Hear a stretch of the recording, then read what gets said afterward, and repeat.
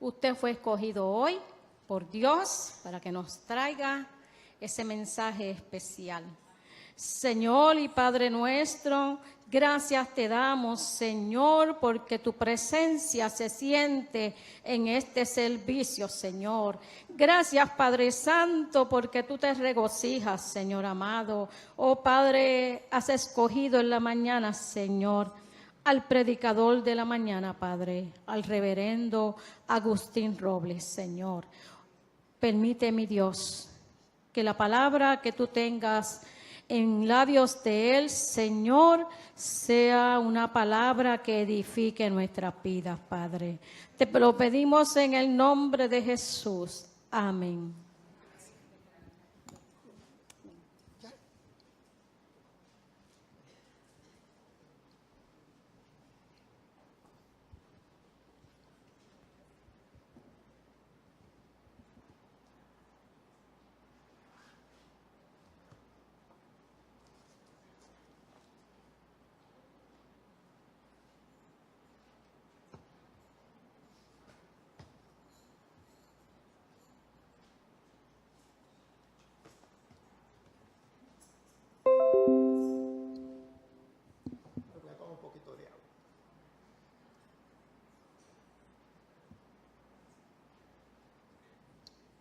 Hermanos y hermanas, Dios les bendiga mucho. Amén. Y Dios les bendiga más. Amén. Un saludo de su iglesia hermana, Iglesia Evangélica Unida Metropolitana, allí en Caparraterras. Me acompañan en esta ocasión mi esposa Aiza, le voy a pedir que se ponga de pie, y su tío, hermano José Jiménez también. Y estamos aquí hoy domingo, primer día de la semana, para celebrar la Pascua del Señor, para celebrar la resurrección del Señor, para oír palabra del Señor, para orar unos por otros, para celebrar la victoria que todos y todas tenemos en Cristo el Señor. Les voy a invitar que nos pongamos de pie y leamos la palabra para el día de hoy, conforme al calendario litúrgico de nuestra iglesia. Y la encontramos en el Evangelio de Mateo. El Evangelio de Mateo, capítulo 17, del 1 al 9. El Evangelio de Mateo, capítulo 17, del 1 al 9. Y la leemos en el nombre del Padre, del Hijo y del Espíritu Santo.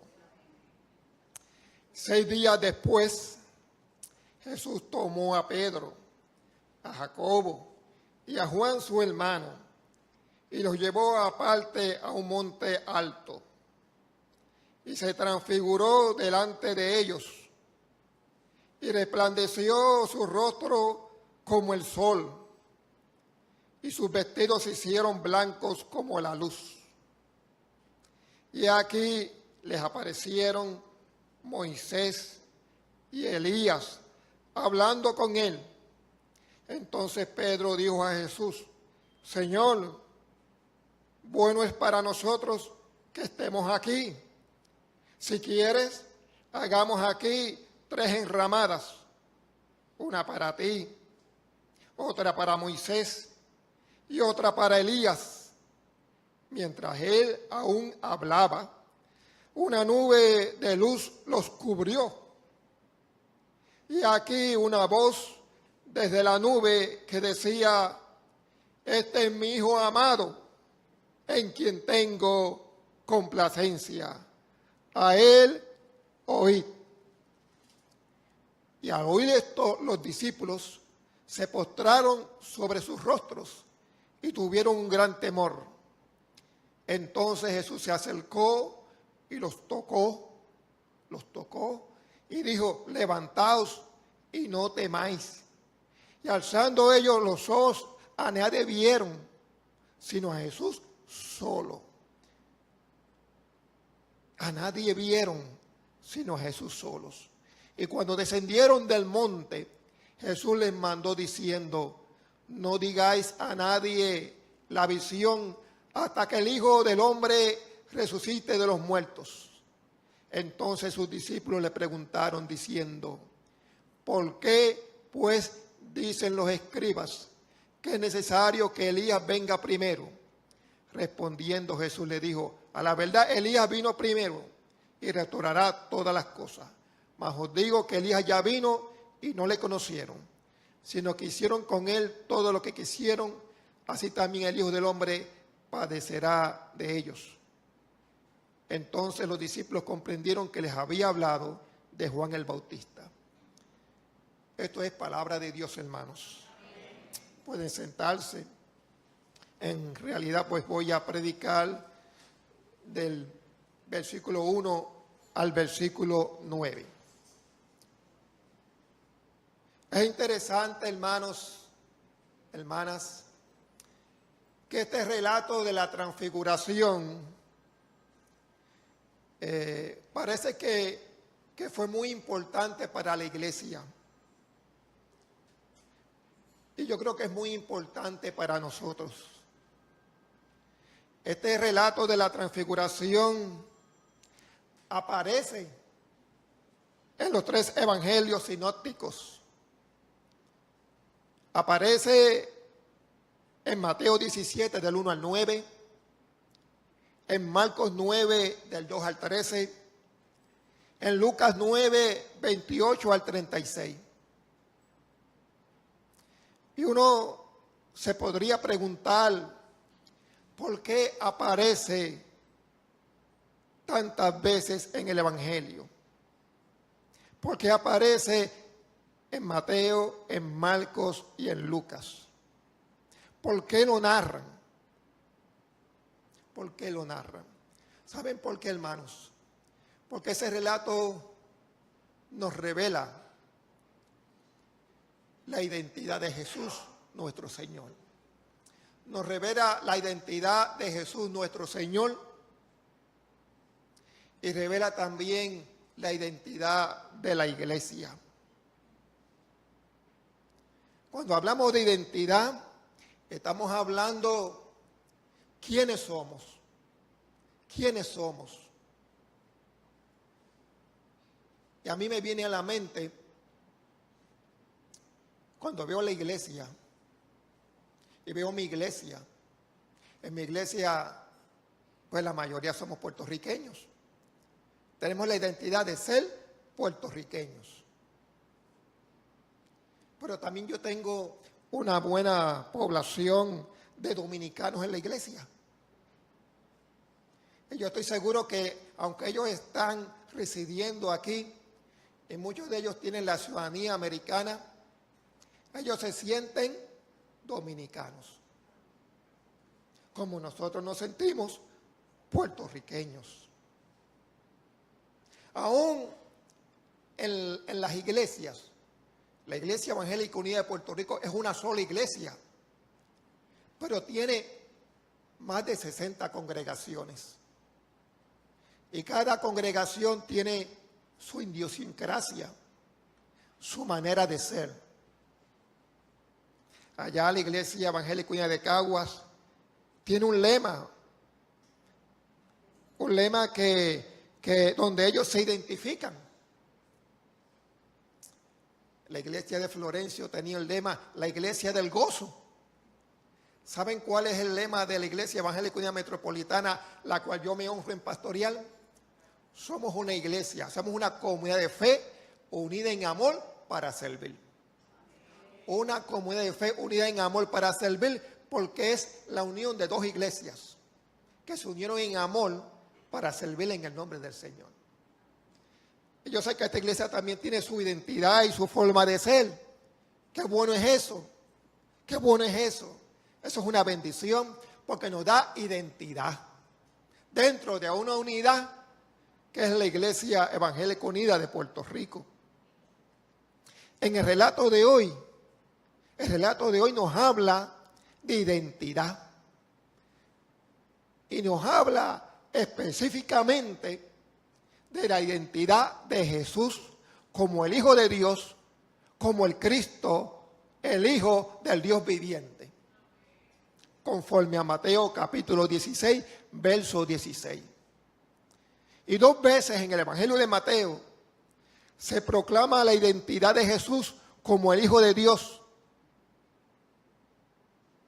Primeramente en su bautismo. En el bautismo, Jesús allí en el río Jordán oyó una voz del cielo que decía: este es mi Hijo amado en quien tengo complacencia. Este es mi Hijo amado en quien tengo mi contentamiento. Y luego en el texto, en el pasaje del día de hoy, domingo, en el monte de la transfiguración, también se oyen esas palabras maravillosas donde el Padre revela que Jesús es su Hijo y lo proclama su Hijo delante de varios testigos, delante de Moisés, de Elías, de 3 discípulos, Juan, Santiago y Pedro. Cuán importante para la comunidad de Mateo era saber la identidad de Jesús. Cuán importante era para la iglesia de Mateo saber quién era Jesús. Es preciso buscar un poquito en la historia de finales del primer siglo de la era cristiana, lo que estaba pasando con los cristianos en Palestina. Especialmente qué estaba pasando con los cristianos en la ciudad de Jerusalén. Para los años 70, 80, 90, después de la partida de nuestro Señor. No eran los tiempos aquellos donde Pablo entraba por la libre a la sinagoga y le daban la oportunidad de proclamar una palabra y presentarla a Jesús. No eran tiempos de bienvenida. No eran tiempos tú eres parte de nuestra religión, de nuestra fe. Si aceptamos a los fariseos, si aceptamos a los esenios o a los celotes, si aceptamos a los saduceos, pues aceptamos también a los cristianos también. Siéntense por ahí en una esquinita y venga y adoremos. Eran tiempos en que los cristianos estaban formando su propia identidad y proclamando una verdad revolucionaria, que Cristo era el ungido de Dios, que Cristo era el Mesías prometido en las Sagradas Escrituras, que lo que estaba saliendo de allí no era una secta, ya no podía aguantar más, que estaban proclamando algo diferente, un evangelio, una buena nueva de salvación en Cristo el Señor. Proclamar que Cristo era el Señor dentro del templo y de la sinagoga judía era algo revolucionario, era algo que escandalizaba, era tropiezo, como decía el apóstol Pablo en Corintios, que el evangelio viene siendo tropiezo para los judíos, que no podían entender y aceptar que Cristo era el Señor, que Cristo era el Salvador, el cumplimiento de las promesas en el Antiguo Testamento. Y para los griegos era un escándalo entender que un Cristo que murió en la cruz del Calvario y que resucitó fuera el Señor prometido en la historia humana para la salvación de la humanidad. Como consecuencia de eso, votaron a los cristianos de las sinagogas. Como consecuencia de eso, los sacaron para afuera. ¿Y sabe qué hicieron los cristianos de Palestina o de Jerusalén? Se fueron un poquito más al norte, a Siria y a otras ciudades más al norte de Galilea. Y a esa es que le escribe, los discípulos de Mateo escriben el Evangelio de Mateo, a una iglesia, a una comunidad que ha sido perseguida, a una iglesia que ha sido sacada del templo, a una iglesia que postula que Cristo es el Señor, que Cristo es el Mesías.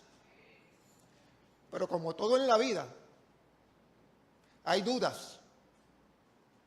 Como todo en la vida, hay incertidumbre. El mismo Pedro, el discípulo, el dirigente de la iglesia, que fue el que proclamó delante cuando Jesús trae la pregunta: ¿quién dice la gente que soy yo? El afrontado Pedro rápidamente sale y dice: tú eres el Cristo, el Hijo del Dios viviente.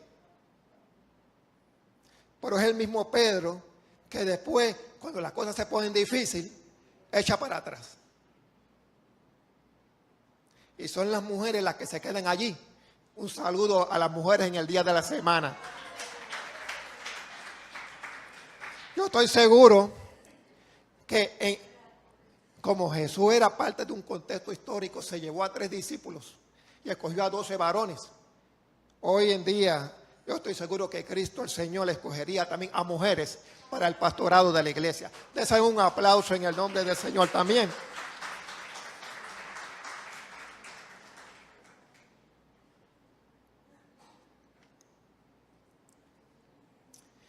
Quiere decir que había que afirmar que Jesús era el Señor, que Jesús era en quien el Padre Celestial tenía contentamiento y complacencia.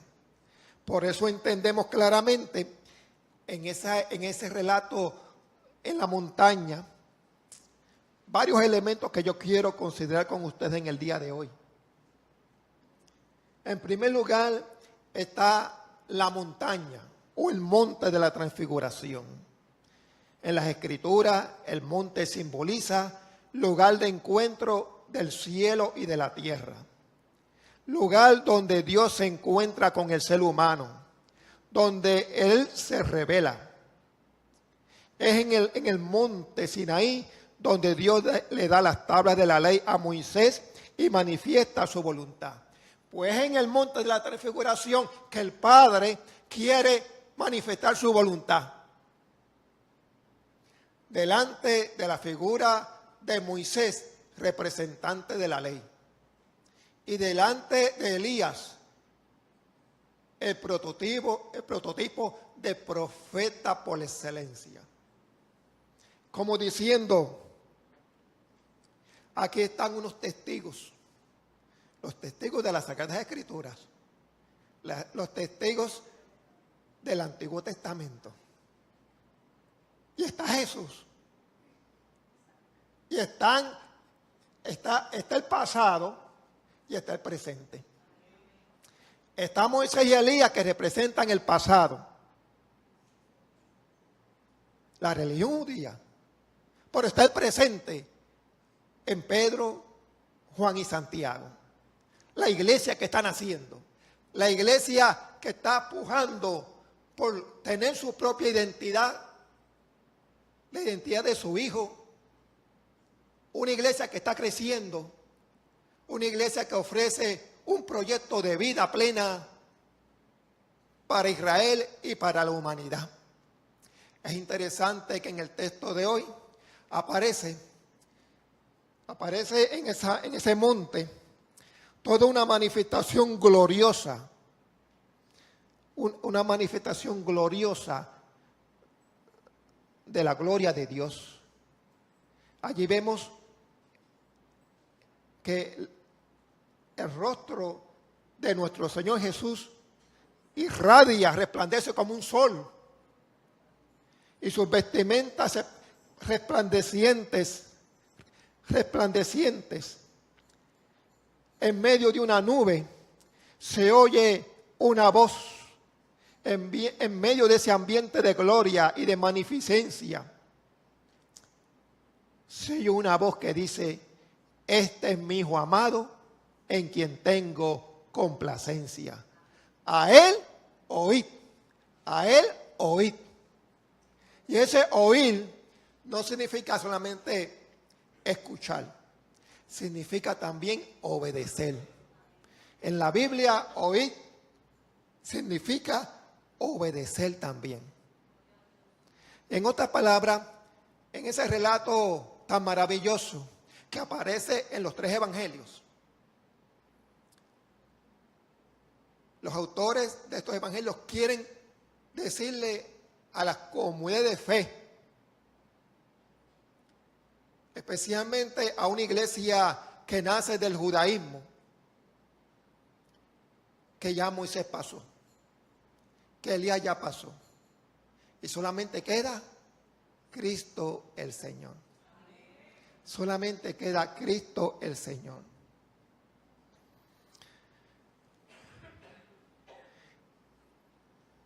¿Por qué esta revelación, esta teofanía, esta transfiguración? ¿Por qué esta revelación tan importante? Que el mismo apóstol Pedro, luego en 2 de Pedro, hace mención de ella como testigo elocuente de aquella revelación, de aquella experiencia maravillosa. ¿Por qué esta revelación tan maravillosa? Sucede esta manifestación de la gloria de Jesús, de la gloria de Jesús, después del primer anuncio de la pasión, muerte y resurrección de nuestro Señor. Y cuando el Señor, luego de la confesión de Pedro, que dice que tú eres el Cristo, el Hijo del Dios viviente, y entonces Jesús empieza a decirles que era necesario encaminarse a Jerusalén, padecer y morir y resucitar allí. El apóstol Pedro lo llama capítulo aparte y dice: no, tal cosa no acontezca. No. Ese no es el Cristo que nosotros queremos. Y los evangelios quieren afirmar claramente que Jesús es el Mesías, el ungido de Dios. Pero no es el ungido de Dios para estar como Rey Todopoderoso, reinando, sino como un rey que sirve, como un rey que se entrega por la humanidad, como un Señor que viene a hacer una entrega sacrificial y redentora por la humanidad, y que era necesario que Él padeciera, muriera y luego al tercer día resucitara. Querían explicarle a la iglesia de Mateo claramente qué tipo de mesianismo, qué tipo de Mesías era Jesús, y proclamarle esa identidad.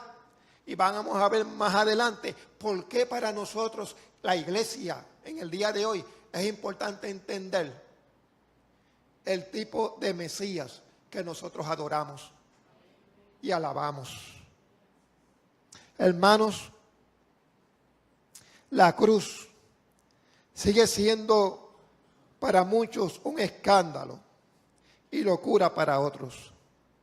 Sin embargo, en el mensaje de hoy que yo quiero dejar con ustedes, quiero decirles que la cruz es el camino a la gloria. Que la cruz es el camino a la gloria. Que la cruz es céntrica en la vida del cristiano. Y que es camino a la gloria, y que es paso indispensable para nuestra transfiguración espiritual y para nuestra resurrección. Es necesario, sí, tener esos vislumbres de lo eterno, tener esa transfiguración, pero luego de tener esa experiencia maravillosa con el Señor nos llama a seguirle en el camino de la vida, en el camino de la cruz, en el camino del servicio. Y es importante, hermanos, sí, tener la experiencia de transfiguración en nuestras vidas. Hay momentos especiales en nuestra vida en que necesitamos tener un toque del Maestro. Ya sea por una enfermedad, ya sea por un problema existencial, ya sea porque nuestra fe como que flaquea, ya sea porque nos sentimos cansados, ya sea porque hay monotonía en la fe de uno. Uno necesita tener esos vislumbres de eternidad como los tuvo Pedro, Santiago y Juan. Tener un momento de transfiguración, de ver la gloria de Dios. Pero después hay que bajar al valle de la necesidad y del servicio. A sanar en el nombre del Señor. A proclamar la palabra. A ser solidarios. A servir en el nombre del Señor. Es necesario esos vistazos de gloria que se prenden como una luz en nuestros corazones y que nos permiten discernir cosas mucho más profundas de nuestra fe y que, ¿saben qué? Renuevan nuestro llamado.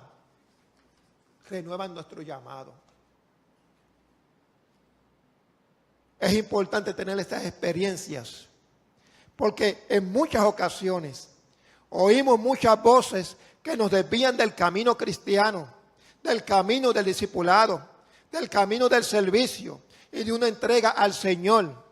Y allí, en la experiencia de gloria, oímos la voz del Señor que nos dice, a Él oíd, a Él oíd. Es importante tener esos momentos maravillosos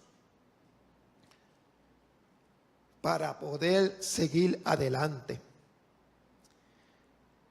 He aquí uno más grande que Moisés, más importante que la ley. He aquí uno más grande que Elías, más grande que los profetas.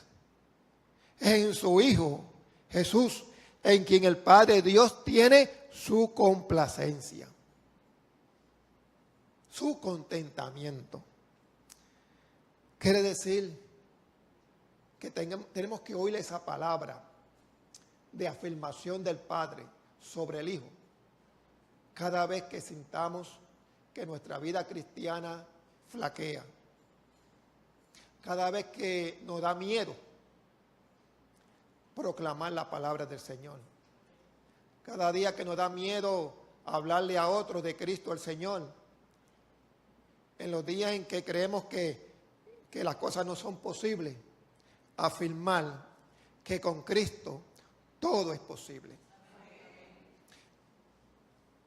Declarar, afirmar nuestra identidad de cristianos.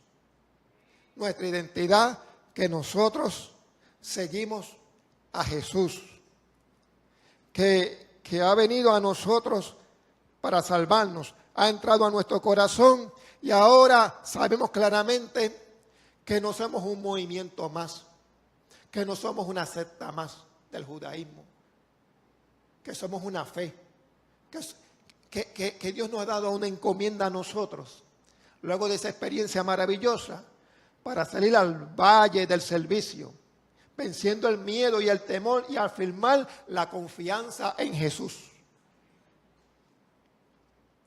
Y porque nos habla de gloria y transfiguración, nos hace descender a nuestra realidad terrena para dar testimonio de servicio en un mundo, en estos tiempos, que lo necesita.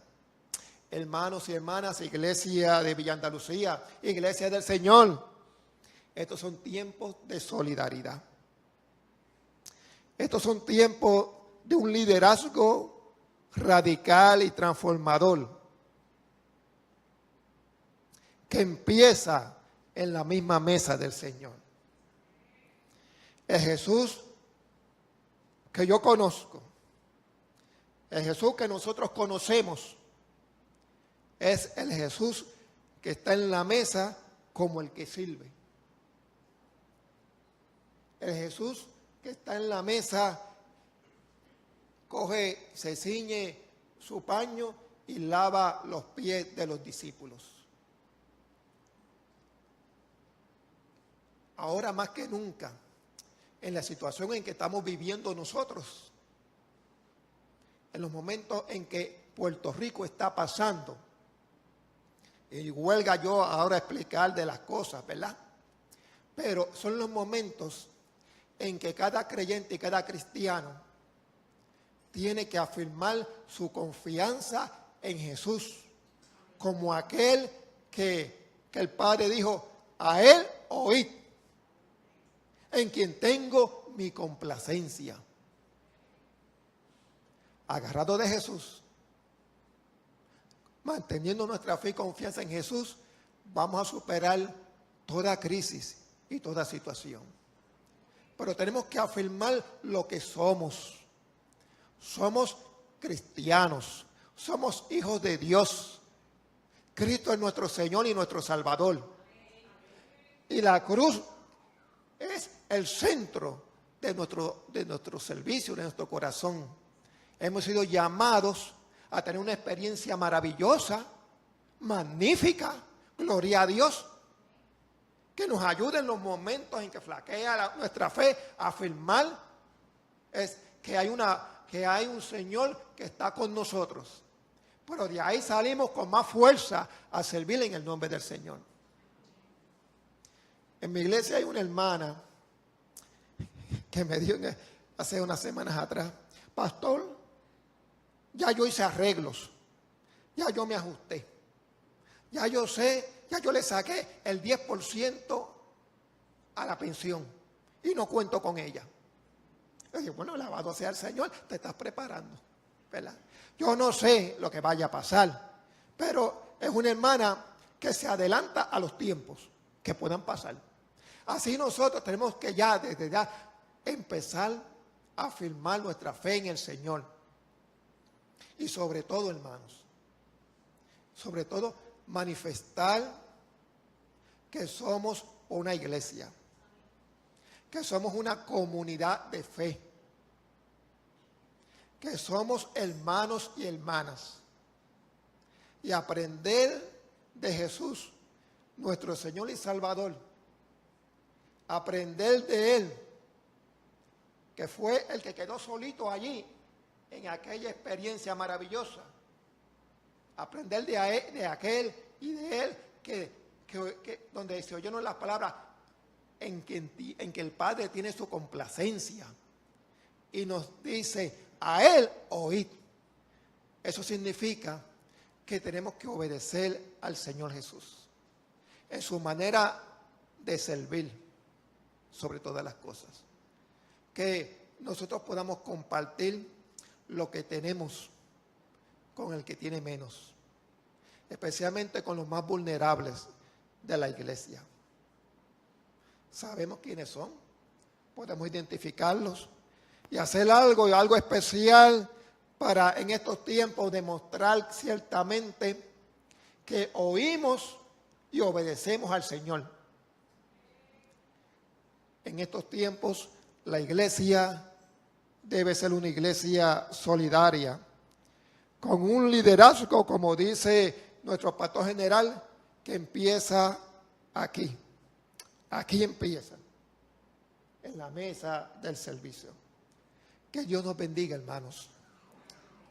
Que el Señor nos haga entender que los momentos de gloria son experiencias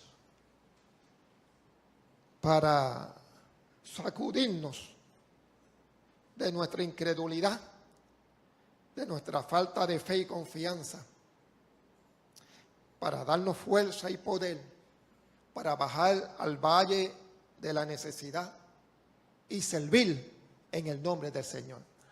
Que Él nos bendiga en esta hora.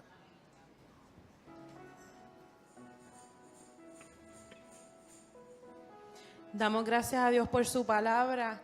Estoy segura que el Señor nos ha hablado a todos, así como ha hablado a mi corazón. Nos ha hablado a todos. Y nos dijo, oíd y obedeced.